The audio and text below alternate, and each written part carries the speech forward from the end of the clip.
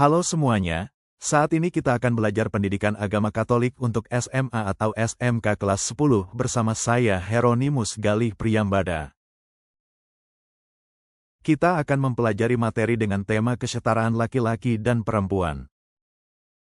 Tujuan pembelajaran, peserta didik mampu memahami jati diri sebagai perempuan atau laki-laki yang saling melengkapi dan sederajat, bersyukur kepada Allah yang menciptakan dirinya sebagai perempuan atau laki-laki, sehingga pada akhirnya menghargai sebagai perempuan atau laki-laki yang saling melengkapi dan sederajat.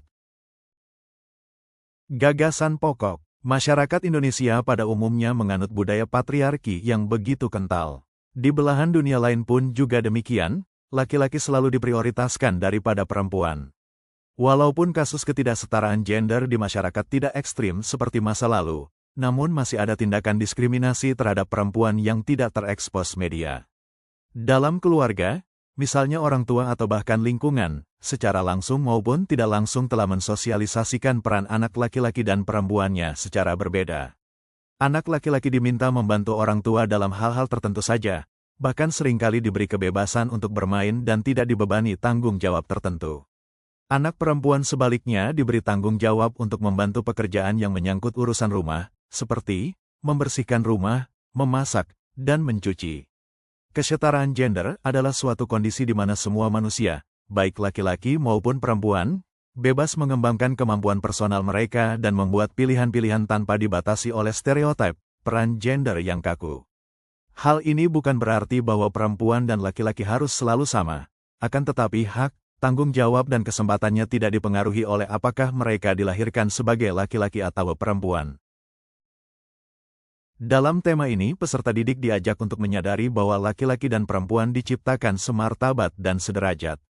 Keduanya diciptakan menurut citra Allah, diciptakan menurut gambar dan rupa Allah yang satu dan sama. Kejadian bab 1, ayat 26-27. Lebih dari itu, mereka dianugerahi kepercayaan dan kesempatan yang sama untuk mengambil bagian dalam karyanya yang agung. Mereka dipanggil untuk membangun persekutuan, komunio, dan bekerja sama dalam pengelolaan dunia dan seisinya serta pelestarian generasi umat manusia. Kejadian bab 1, ayat 31. Dalam kitab Kejadian ini juga diceritakan bahwa pria dan wanita merupakan ciptaan Tuhan yang paling indah. Pria dan wanita diciptakan Tuhan untuk saling melengkapi, untuk menjadi teman hidup. Pria saja tidaklah lengkap. Allah sendiri berkata, "Tidaklah baik kalau manusia itu seorang diri saja. Aku akan menjadikan seorang penolong baginya, yang sepadan dengan dia." Kej. Pukul 2:18. Untuk menyatakan bahwa wanita sungguh-sungguh merupakan kesatuan dengan pria, maka Tuhan menciptakan wanita itu bukan dari bahan lain, tetapi dari tulang rusuk pria itu. Maka, pria itu kemudian berkata tentang wanita itu demikian, "Inilah dia, tulang dari tulangku dan daging dari dagingku." Kejadian bab 2, ayat 23. Dari kutipan kitab suci ini jelaslah bahwa hubungan pria dan wanita adalah hubungan yang suci dan sepadan. Dalam Katekismus Gereja Katolik artikel 372 disebutkan bahwa pria dan wanita diciptakan satu untuk yang lain, bukan seakan-akan Allah membuat mereka sebagai manusia setengah-setengah dan tidak lengkap, melainkan Ia menciptakan mereka untuk satu persekutuan pribadi, sehingga kedua orang itu dapat menjadi penolong satu untuk yang lain. Karena di satu pihak mereka itu sama sebagai pribadi, tulang dari tulangku, sedangkan di lain pihak mereka saling melengkapi dalam kepriaan dan kewanitaannya. Dalam perkawinan, Allah mempersatukan mereka sedemikian erat, sehingga mereka menjadi satu daging. Kejadian bab 2, ayat 24, dan dapat meneruskan kehidupan manusia, beranak cuculah dan bertambah banyaklah, penuhilah bumi. Kejadian bab 1, ayat 28. Dengan meneruskan kehidupan kepada anak-anaknya, pria dan wanita sebagai suami istri dan orang tua bekerja sama dengan karya pencipta atas cara yang sangat khusus. Pentingnya kesetaraan gender dalam masyarakat, sikap apa yang dapat kita lakukan untuk mendukung gerakan tersebut?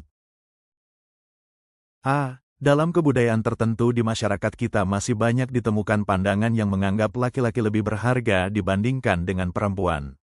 Anak laki-laki sering dianggap andalan masa depan karena ia akan menjadi tulang punggung keluarga. Hal itu disebabkan karena laki-laki dianggap pribadi yang kuat dan dapat menguasai banyak hal. Laki-laki adalah kebanggaan keluarga. Sebaliknya, anak perempuan dipandang sebagai pribadi yang lemah dan kurang mampu menjadi pemimpin dalam keluarga. Maka sering kita jumpai ada orang tua yang merasa kecewa ketika mengetahui bahwa anak yang lahir ternyata adalah anak perempuan.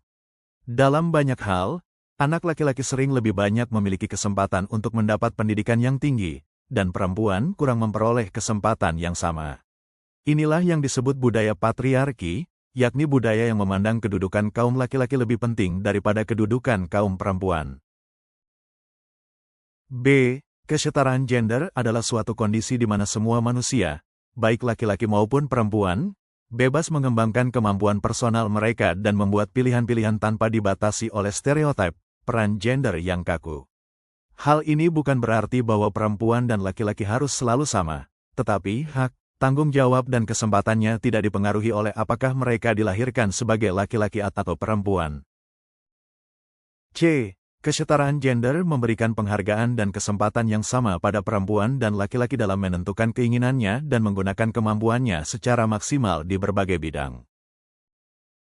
D. PBB bahkan menekankan kesetaraan gender bagi semua adalah hak fundamental yang dimiliki oleh setiap manusia. Pernyataan itu mengakar dari Deklarasi Universal Hak Asasi Manusia ayat pertama yang jelas menyatakan bahwa setiap manusia dilahirkan merdeka dan mempunyai martabat dan hak-hak yang sama. Upaya untuk mewujudkan kesetaraan dalam masyarakat yang dapat kita lakukan adalah 1. Mengakhiri diskriminasi terhadap semua wanita dan anak perempuan. 2. Meningkatkan pemberdayaan perempuan dalam berbagai kegiatan. 3. Menghilangkan segala bentuk kekerasan terhadap perempuan dan anak baik di ranah publik maupun pribadi. Hal ini termasuk perdagangan manusia dan eksploitasi seksual pada perempuan dan anak. 4.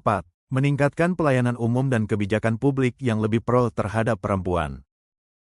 Renungkan pertanyaan berikut. Siapa yang menghendaki supaya manusia, laki-laki, tidak seorang diri? Kira-kira mengapa? Siapa yang menjadikan penolong bagi laki-laki?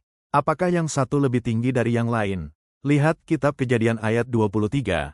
Apakah ini pengakuan sederajat atau menganggap yang satu lebih hebat dari yang lain? Apakah yang dimaksud dengan penolong yang sepadan menurut Katekismus Gereja Katolik? Pria dan wanita diciptakan Tuhan untuk saling melengkapi, untuk menjadi teman hidup. Pria saja tidaklah lengkap. Allah sendiri berkata, tidaklah baik kalau manusia itu seorang diri saja. Aku akan menjadikan seorang penolong baginya, yang sepadan dengan dia. Cage. Pukul 2.18.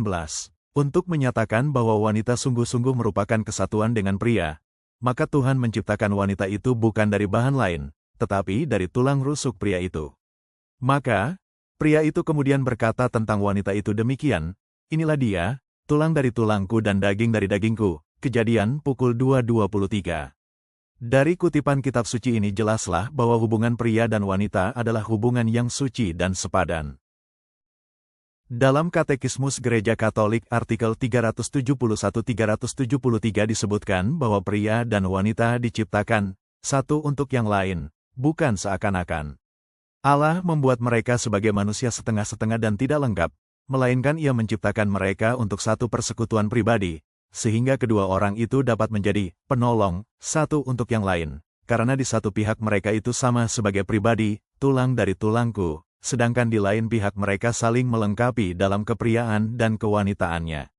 Dalam perkawinan Allah mempersatukan mereka sedemikian erat, sehingga mereka menjadi satu daging. Kejadian Bab 2, ayat 24, dan dapat meneruskan kehidupan manusia.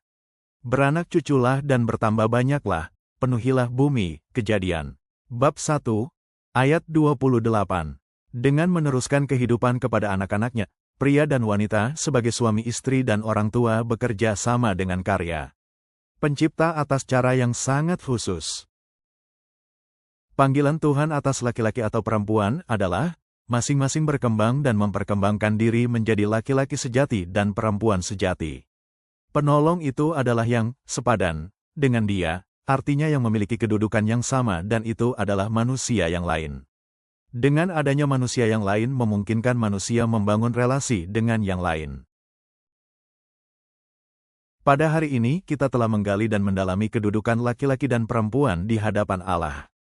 Allah menempatkan mereka setara dan saling melengkapi satu sama lain.